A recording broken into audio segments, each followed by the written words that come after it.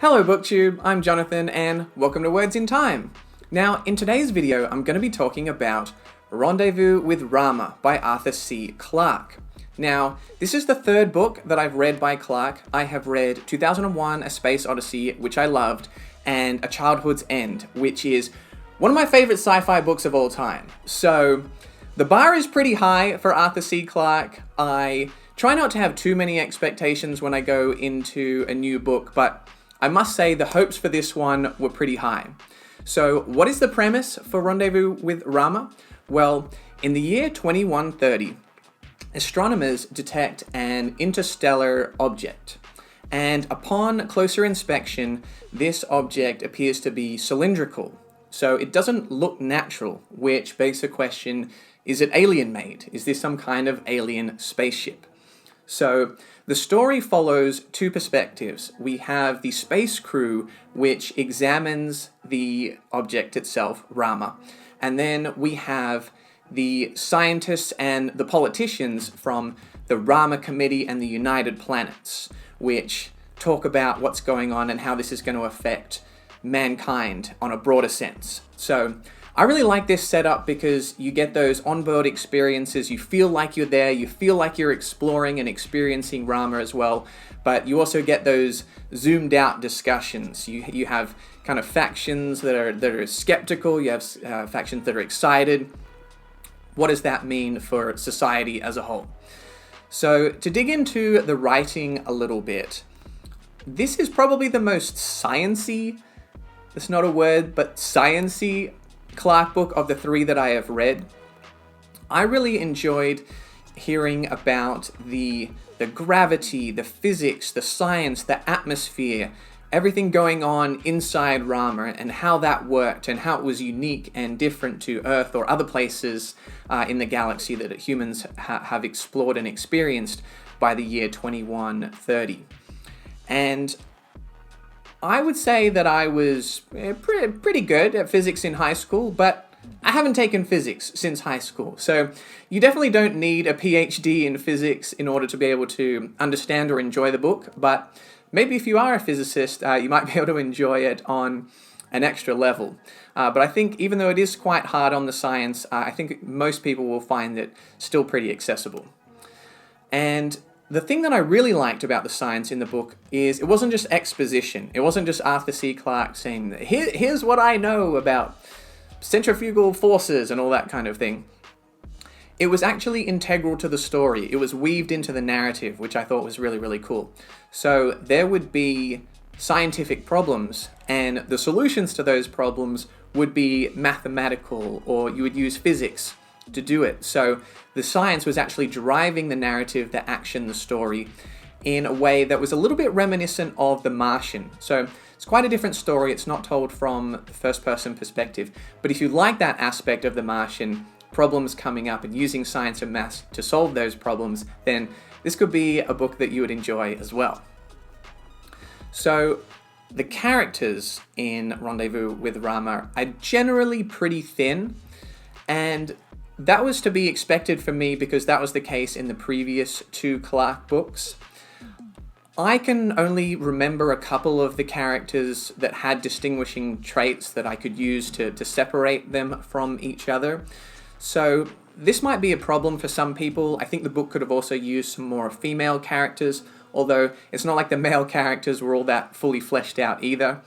So I don't think this overly harms the book though, because character is not the focus of the story. What is the focus is the science, the sci-fi concepts, and the themes. So an analogy that I came up with to try and explain the difference between something a bit more character-focused and something a bit more idea-focused is, say if you take something like Game of Thrones, a little bit more character-focused. Game of Thrones is kind of like a game of chess, where the characters are the pieces, and the characters get to choose the moves they make themselves. Whereas in something like Rendezvous with Rama, again, the characters are the chess pieces, but the pieces don't get to choose where they move. What is moving the characters is the circumstances, the science, the concepts, the themes.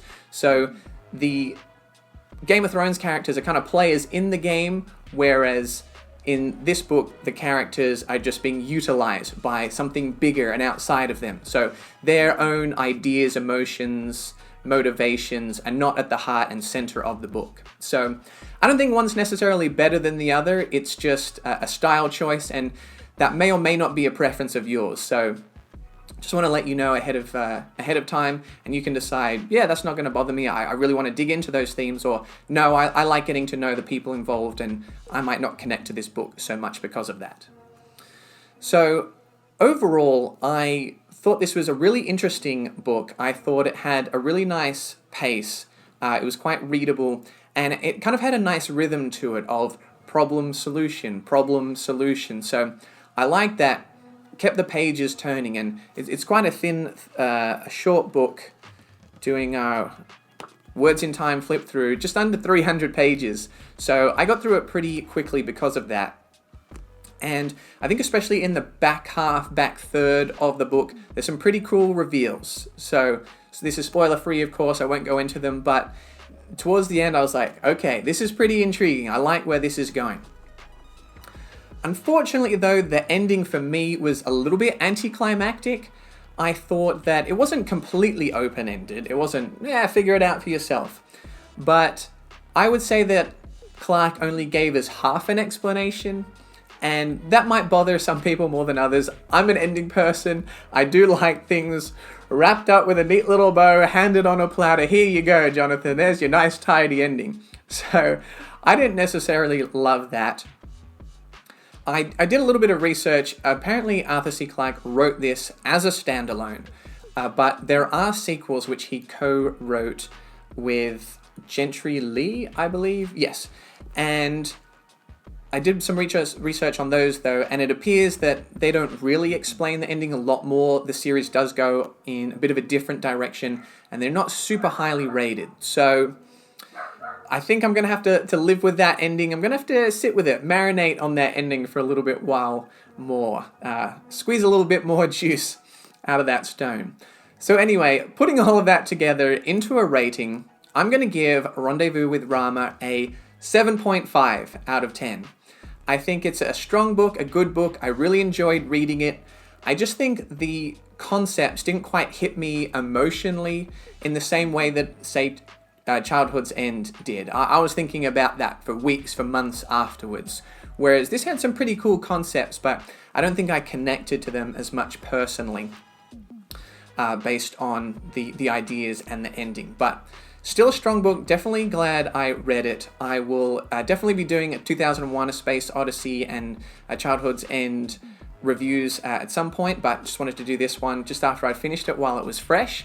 And yeah, I'll definitely be checking out more Clarke books. Still definitely one of my favorite writers, and I know there's a couple of other books of his that are pretty popular as well. So there you go, guys. Have you read Rendezvous with Rama? What did you think of it? If you've read the sequels, I'm curious to hear your thoughts as well, because people are a bit mixed on those. And anything else by Clarke, I'd love to talk about, because I'm a big fan. So there you go, guys. I appreciate you watching, as always. And make sure to like and subscribe, because more sci-fi book reviews and content, as always, is coming soon.